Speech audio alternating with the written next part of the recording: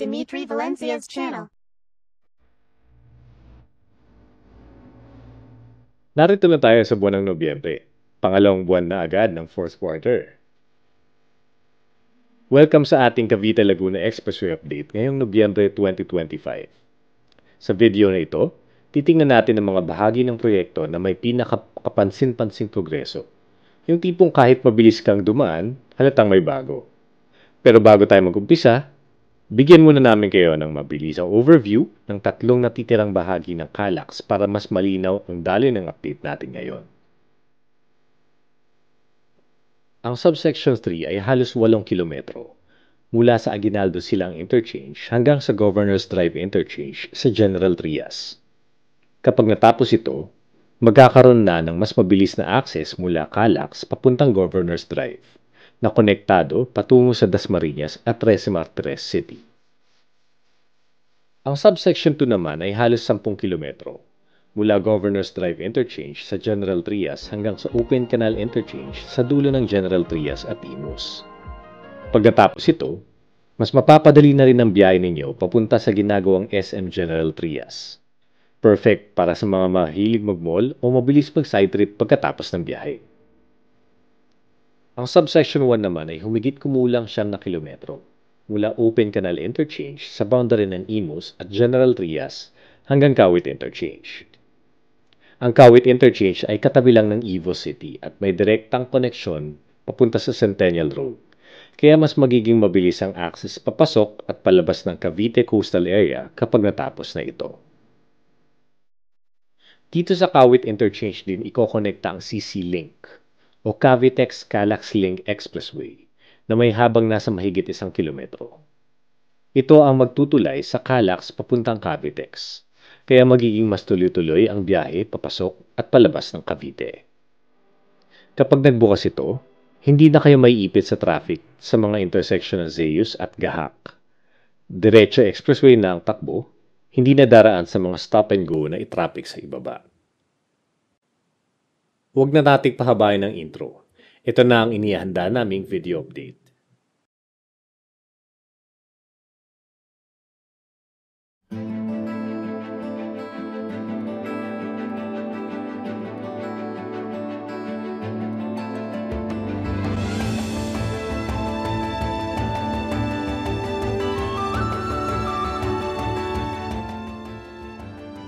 Ang subsection 3 ang inaasahang unang mabubuksan na bahagi ng CALAX at sa ngayon ay malapit na itong matapos.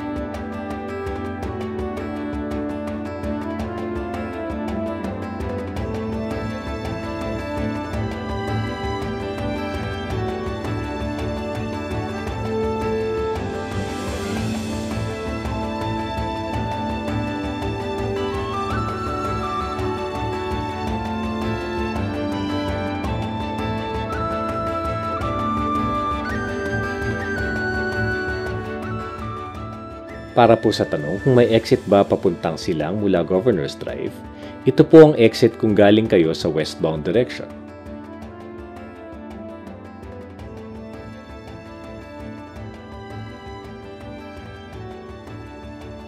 Tuloy-tuloy lang ang pagkukongkreto sa main alignment.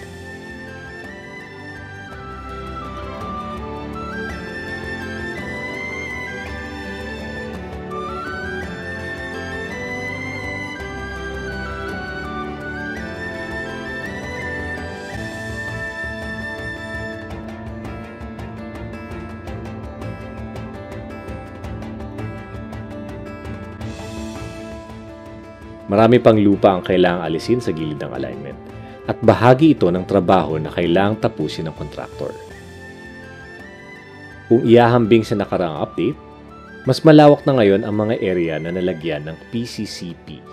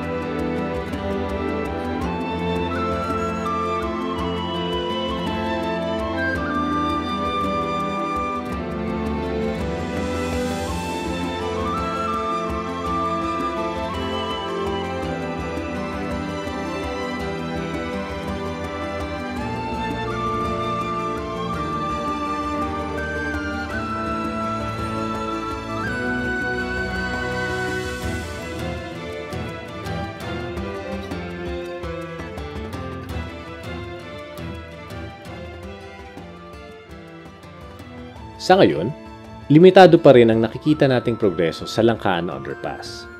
Sana ay matapos ito sa lalong madaling panahon upang magamit na ito ng mga motorista.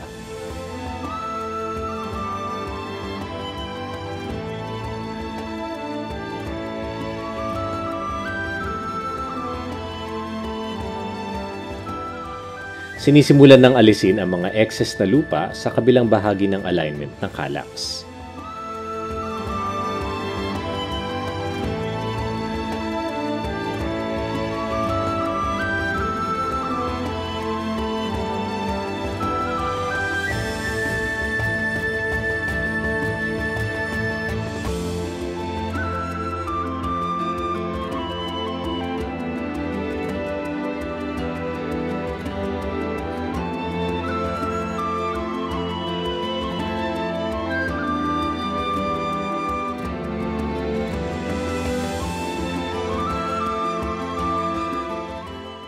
Sa gilid, makikita natin ang installation ng mga precast concrete curbs na magsisilbing edge protection at guide.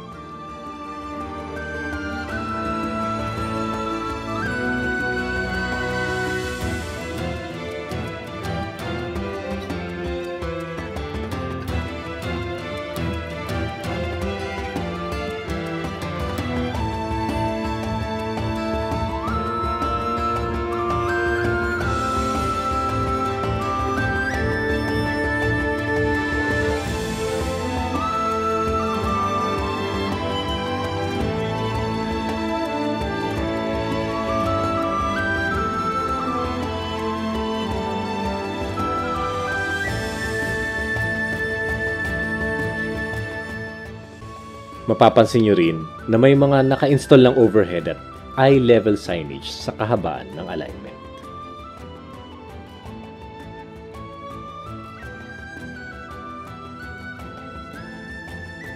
Isa rin ito sa mga inaabangan namin, ang pagkumpleto ng Overpass Bridge 4. Pero sa ngayon, base sa dokumentasyong ito, wala pa tayong nakikitang kapansin-pansing progreso.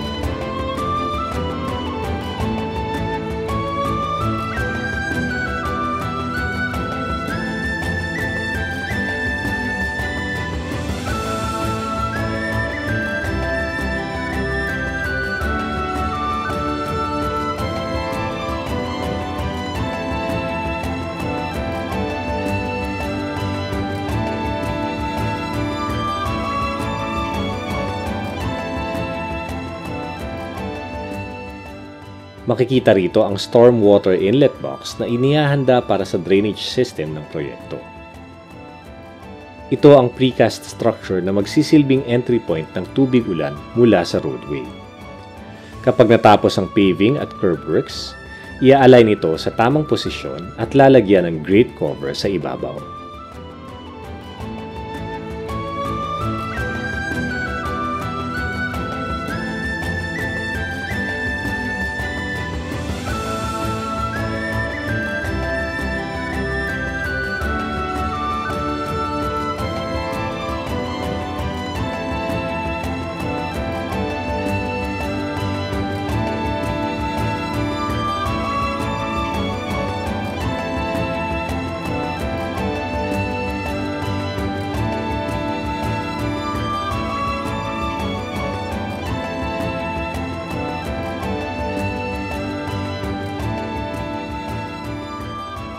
Pagdating natin sa Governors Drive Interchange, makikita natin ang bagong kabit na overhead sign para gabayan ng mga motorista papunta sa kanilang destinasyon. Mahalaga ang malinaw, madaling mabasa, at tama ang lokasyon ng mga signage dahil ito ang nagsisilbing pangunahing gabay ng mga biyahero. Isa ito sa mga importanteng tungkol ng expressway, ang magbigay ng malinaw, predictable, at ligtas na direksyon sa lahat ng motorista. Narito na ang mga ramp ng Governors Drive Interchange. May westbound entry at exit papuntang Governors Drive, at mayroon ding entry at exit para sa parehong eastbound at westbound na direksyon. Kaya magiging mas flexible at mas madaling gamitin ang interchange na ito.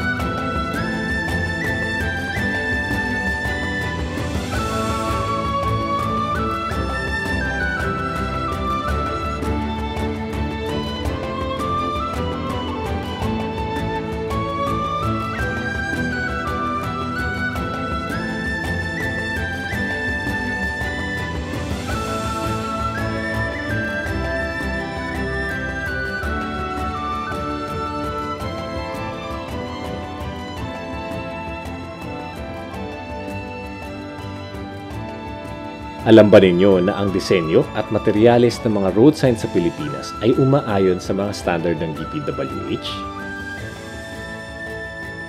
Dito nakasaad ang sukat, kulay, laki ng letra, mounting height, at kahit anong uri ng retroreflective material na dapat gamitin. Kaya kahit gabi, umuulan o may glare, malinaw pa rin dapat makita ang mga sign. Ito ang dahilan kung bakit critical ang retroreflectivity at tamang placement.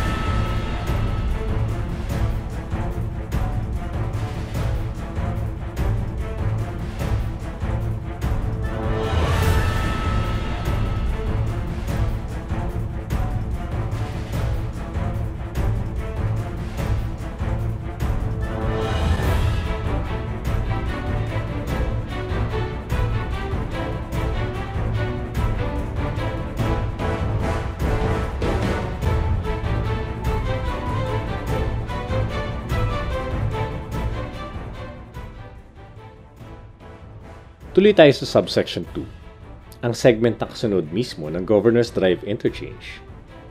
Unahin natin ang Waterway Bridge 8 na matatagpuan pagkatapos ng Can Asia at kasabay nito, tingnan din natin ang mga na-clear ng bahagi hanggang Expressway Bridge 8.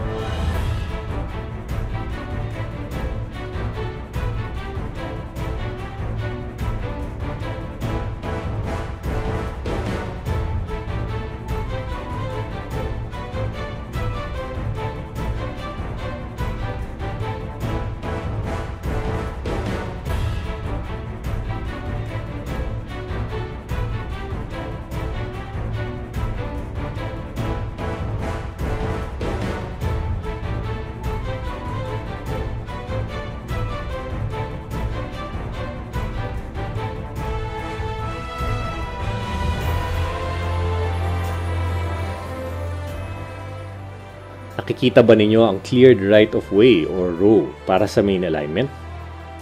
Dito daraan ang alignment papunta sa Santiago, Buena Vista 2 at Mayor's Drive.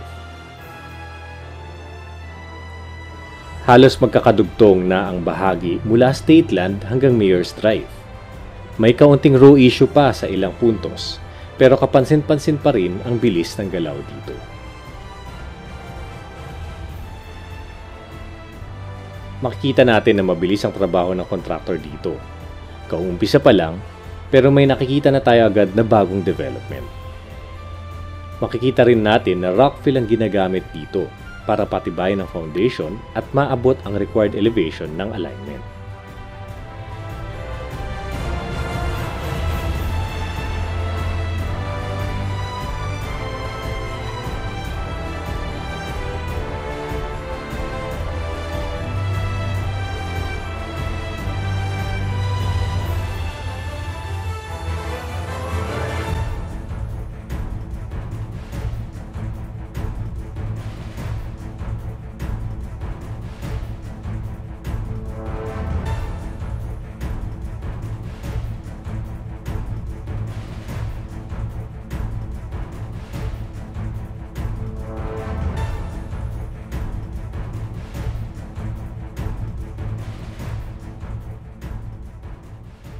May bagong row nang nakuha para sa subsection 2 malapit sa Amaya. Ito ang Waterway Bridge 4 bago dumating sa Arnaldo Highway. Nakuha na ang right-of-way ngayong buwan, kaya pwede na magsimula ang trabaho ng contractor para sa tulay na ito.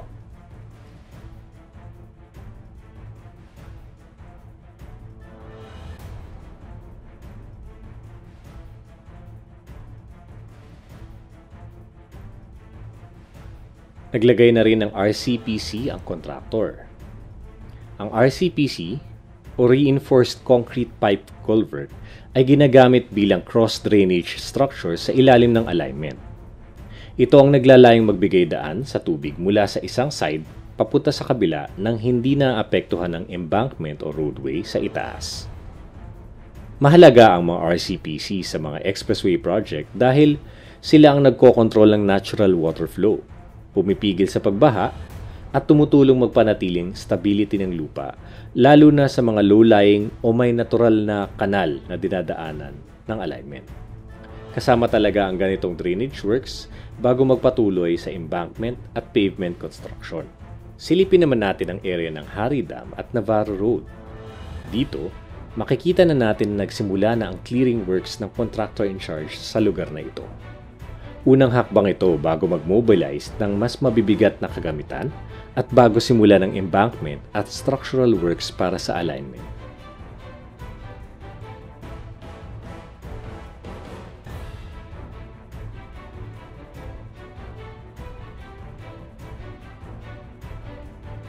Dito naman sa may Navarro Road matatagpuan ang Expressway Bridge 4. Sa bahaging ito, may kaunting matatapyas sa area ng guardhouse ng subdivision na katabi mismo ng alignment. Normal itong adjustment sa mga ganitong proyekto para ma-accommodate ang tamang row width at geometric design ng bridge approach. Mula sa open canal area, laktawan natin ang natitirang bahagi at dumiretso na tayo sa subsection 1. Dito, makikita natin na nagsimula na ang clearing works ng bagong kontraktor mula Expressway Bridge 1 paakyat. Magandang indikasyon ito na mabilis nang umuusad ang preparatory works para sa bahaging ito ng alignment.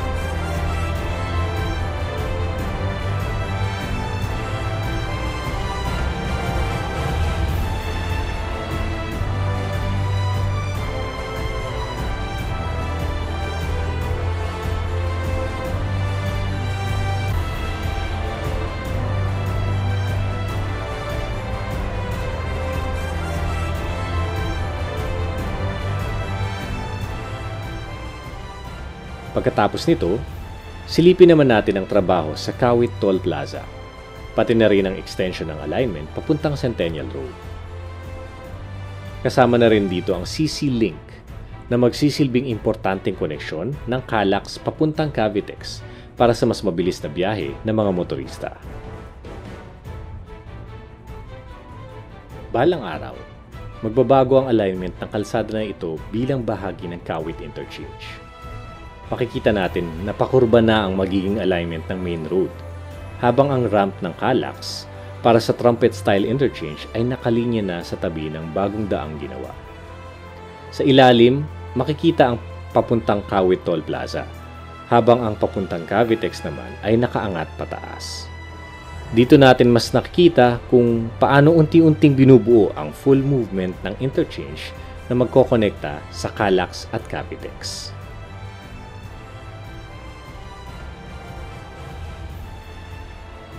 Mahalaga ang segment na ito dahil ito ang magiging primary access ng mga motorista mula Calax papuntang Cavitex, Centennial Road, at mga urban center ng Kawit at Imus. Kapag nabuo ito, magiging mas mabilis at mas direkta ang east-west travel sa Cavite at makakatulong itong mag-decongest ng mga existing local road.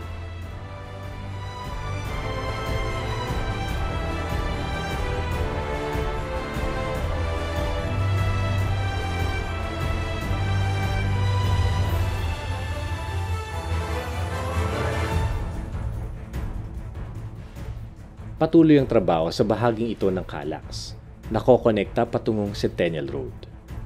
Ang alignment na ito ay dumaraan sa tabi ng Evo City at makikita rin natin ang malaking gusali na kasalukuyang ginagawa, posibleng isang mall na bahagi ng future development ng Evo City.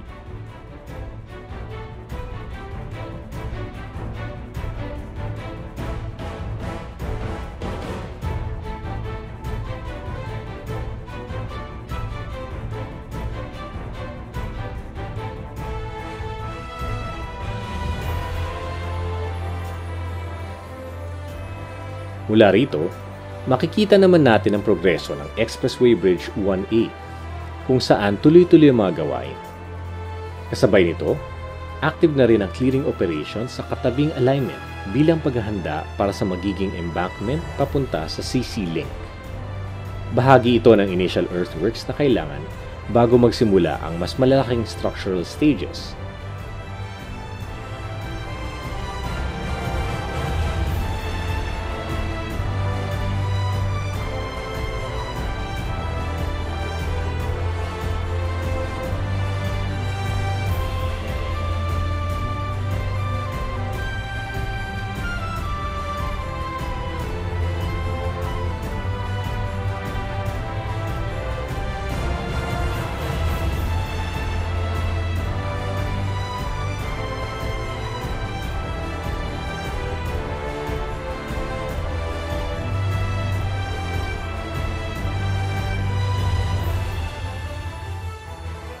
Sa ramp portion ng CC Link, tuloy-tuloy pa rin ang konstruksyon.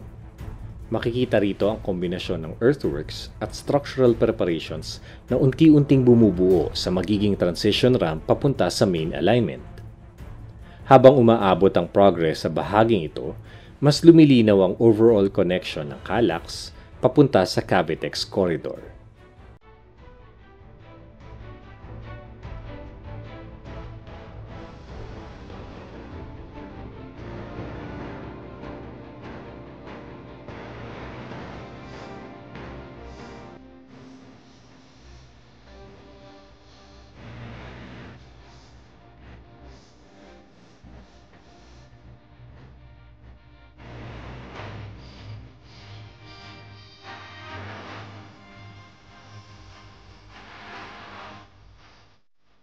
Maraming salamat sa panonood ng aming Calax at CC Link update para sa buwan ng Nobyembre 2025. Gaya ng dati, sana'y nakatulong ito sa inyo para maintindihan ang progreso, ang mga pagbabago, at direksyon ng proyektong ito habang nalalapit ang pagtatapos nito. Patuloy kaming magbabahagi ng mga pinakahuling development sa Calax. Huwag kalimutang mag-subscribe at buksan ang notification para sa aming mga bagong video sa proyektong ito.